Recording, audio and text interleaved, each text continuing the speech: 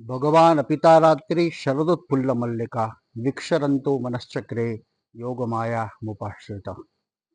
शरद पूर्णिमा ना दिवसे भगवान ने जो रास खेला था, कल रक्षाबंधन की पूर्णिमा है, तो हम वही पूर्णिमा का एक अनुभूति कर ले और भागवत का मर्म और रास का भगवान श्री कृष्ण का चिंतन कर ले।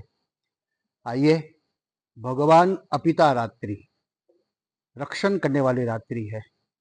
किसका रक्षण किया? तो इंद्रियों का, मन का रक्षण किया। ता रात्रि जिनका इंतजार था गोपियों को, वही रात्रि आ गई। विक्षरंतु मनश्चक्रे, भगवान तो अमना है, अप्राणो यमना शुभ्र। तो ये भगवान ने रास का आयोजन कैसे किया? तो सुखदेव जी महाराज बताते हैं, सर्वश्रेयोपि श्री राधा। परीक्षित ने प्रश्न किया, भगवान श्री राधा के शरण में गए? तो हाँ, क्योंकि भगवान की अचिंत्य शक्ति है, वो श्री राधा है। राधा बिना भगवान रास नहीं खेल सकता, इसीलिए राधा के शरण में गए। दूसरा, ब्रजवासियों को बुलाने के लिए वशीम उपाश्रित वेणु जी के आश्रय किया और वेणु जी का आश्रय से गोपियों को बुलाया।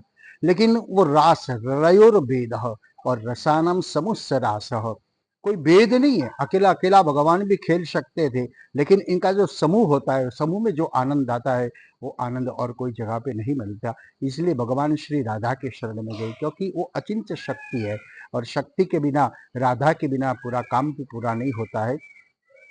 वशीम उपाश्रिता वेणु का सुर बजाए और सभी व्रजवासियों को वेणु का सुर बजा सुना, लेकिन कौन जा सका? जो निष्काम बुद्धि थी वही गोपी जा सकी। और इसलिए ईश्वर के सानिध्य में हम सब जाते हैं, लेकिन कैसा बनकर जाना चाहिए? तो बालक बनकर जाना चाहिए। न फलार्थ, न भोगार्थ, न प्रतिष्ठा, न प्रसिद्ध है, स्वास्यमेव धर्मो ही। ये हमेरा एक धर्म होना है कि हम बालक बन जाए। अब बालक बनकर हम तोतली भाषा में भी भगवान के सामने बोलते, कुछ आता नहीं तो भी कोई आवश्यकता नहीं है। जैसा भी बोलो वैसा भगवान खुश होता है। जैसे माँ के सामने बच्चा बोलता है तो माँ को कितना प्यारा लगता है। वो तोतला बोलता है या कुछ भी बोलता है, लेकिन माँ को प्यारा लगता है। ऐसे हम भी भगवान के साथ जाए तो बालक बन के जाए। तो वेणु का सुर सबने सुना, लेकिन वही गोपी गई जो निष्काम बुद्धि थी, वही प्रभु के रास में प्रवेश कर सकी। और रास के प्रवेश के पहले भी बहुत भगवान ने परीक्षा भी ली है। सबके अलग हो गए, फिर वियोग आया और वियोग में फिर तड़प आई और भक्ति की आराधना फिर प्राप्त हुई, तब भगवान की अनुभूति होती है। तो इसलिए जो जो परवर्ती बाई पैसी जाता करशे काई नो काई, राखो पूरी प्रीति भगवान माँ।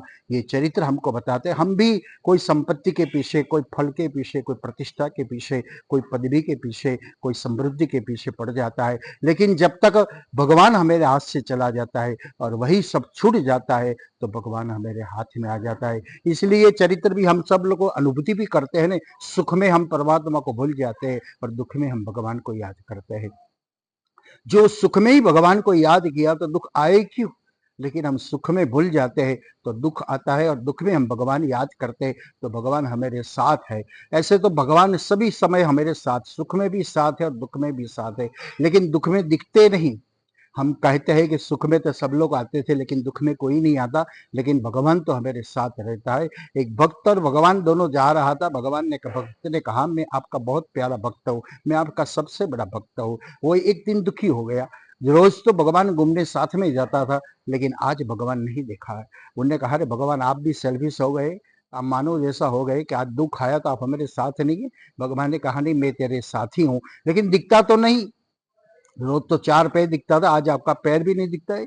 भगवान ने कहा, नहीं दिखेगा, क्योंकि मैंने तुझे उठा लिया है। तो ये भगवान हमारे साथ है। और इसीलिए रास में प्रवेश करने के लिए अंतःकरण की शुद्धि की बहुत आवश्यकता है। हम तन की शुद्धि तो बहुत करते हैं, लेकिन मन की शुद्धि नहीं करते। और जब तक मन की शुद्धि नहीं होती है, तब तक रास में प्रवेश नहीं होते हैं। इसीलिए अपने मन में जो भी वासना है, विकार है, बहुत प्रकार की विकृतियां हमारे मन में भरी हुई है, इनको निकाल कर हम स्वस्थ होकर भगवान के सानिध्य में जाए। यही राखी का पर्व है और पूर्णिमा का दिन है। तो हम भी रास में प्रवेश करने के लिए अपने मन को शुद्ध करें, अपने हृदय को शुद्ध करें। तन तो शुद्ध है ही, वो तो हवा से भी शुद्ध हो जाता है, लेकिन मन को शुद्ध करना है, हृदय को शुद्ध करना है। वही शुद्ध करने के लिए वद वीरेव सततम श्री कृष्ण शरणम मम, मंत्र जाप मम दृढ़ विश्वासा, पंचम भगति शोभेद प्रकाशा, यज्ञानाम जप यज्ञनोस्मि, हरे नामे व नामे व मम केवलम कलो नास्तेव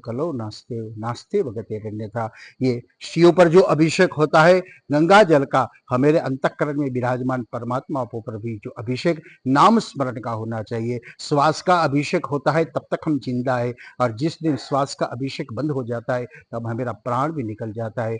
इसी तरह भगवत नाम स्मरण अभिषेक सतत चालू रहे तो यही हमारा जीवन है, और जहाँ भगवत नाम स्मरण भूल जाता है वहाँ हमारी मृत्यु भी है। तो आइए हमारे जीवन में दो ही प्रवाह अविरत बहता रहे, श्वास भी बहता रहे और भगवत नाम स्मरण भी रहे। यही मंगल कामना आप सभी को। सबको जय श्री कृष्ण।